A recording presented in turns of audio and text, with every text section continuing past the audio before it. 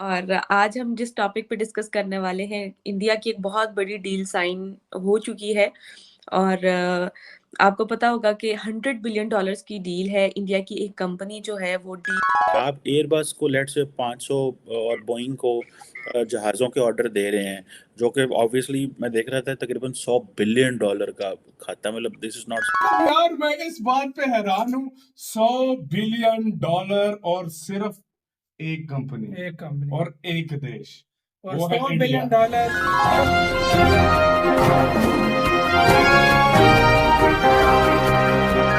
जिस टॉपिक पे डिस्कस करने वाले हैं, इंडिया की एक बहुत बड़ी डील साइन हो चुकी है। और आपको पता होगा कि $100 बिलियन की डील है। इंडिया की एक कंपनी जो है वो डील करने जा रही है। और उसमें जो है 470 एयरक्राफ्ट खरीदे जाएंगे, उसकी डील है। आप क्या कहेंगे? इवन के जो बाइडेन ने भी इस पे एक मतलब लाइक एक स्टेटमेंट जारी किया और उस पे बड़ा एप्रिशिएट किया इंडिया को। क्या कहना चाहेंगे इस डील के हवाले से? और ज़रा हमारे व्यूअर्स को बताइएगा इस पूरे खबर का बैकग्राउंड क्या है? देखिए, ये एक इंडिया की एक कंपनी है एयर इंडिया, जो कि अभी कुछ टाइम पहले तक गवर्नमेंट की हुआ करती थी। गवर्नमेंट ने वो बेच दी टाटा ग्रुप को। और टाटा ग्रुप इंडिया के उन कुछ कॉन्ग्लोमरेट्स में से है जो कि लगभग सब कुछ बनाते हैं। जैसे बोलते हैं कि नमक से लेकर के एरोप्लेन तक। अब टाटा ने $100 बिलियन का एक ऑर्डर दिया है। ये ऑर्डर जाना है बोइंग को एज वेल एज इसको एयरबस को, दोनों को। दो ही तो कंपनी है वर्ल्ड में जो कि पैसेंजर एयरक्राफ्ट बनाती हैं। वो बाकी छोटे फोकर वगैरह तो बहुत सारे बनाते हैं, ये बड़े में दो ही बनाते हैं जनरली। इन दोनों को ऑर्डर दिया है। इसमें से ये करीब $100 बिलियन का ऑर्डर है। और इस ऑर्डर में से 250 एयरक्राफ्ट जो है एयरबस ने देने और 220 बोइंग ने देने। अब ये जो इतनी बड़ा ऑर्डर गया है, इससे इसका मैग्नीट्यूड समझिए। इसका मैग्नीट्यूड ये है कि करीब 44 स्टेट्स में, अमेरिका की 50 में से 44 स्टेट्स में 1 million jobs, 10 lakh jobs America में इससे क्रिएट होंगी।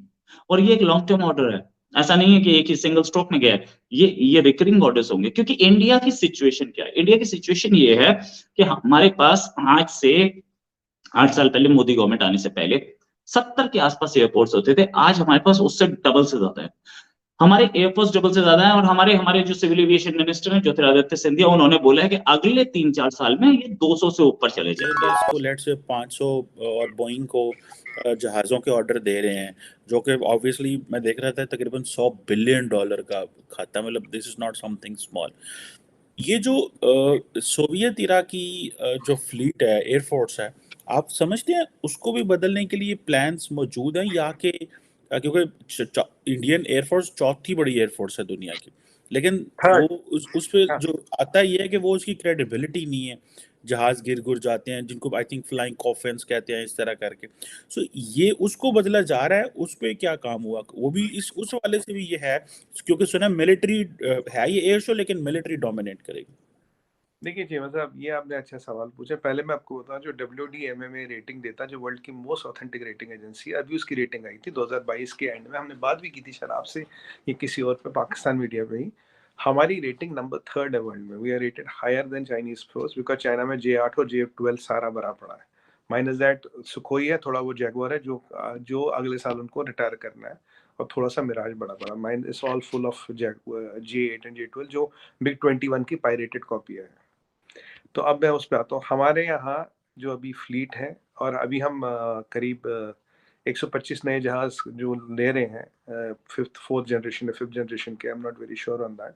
उनका टेंडर जो $25 बिलियन का, वो अभी चल रहा है। राफेल एम फाइनल हो गया, और हमारा एम का बन रहा है, तेजस मार्क 2 बन रहा है, और भी हम जहाज ले रहे हैं। हम Su-57 में फिर वापस पार्टिसिपेट कर रहे हैं डेवलपमेंट में।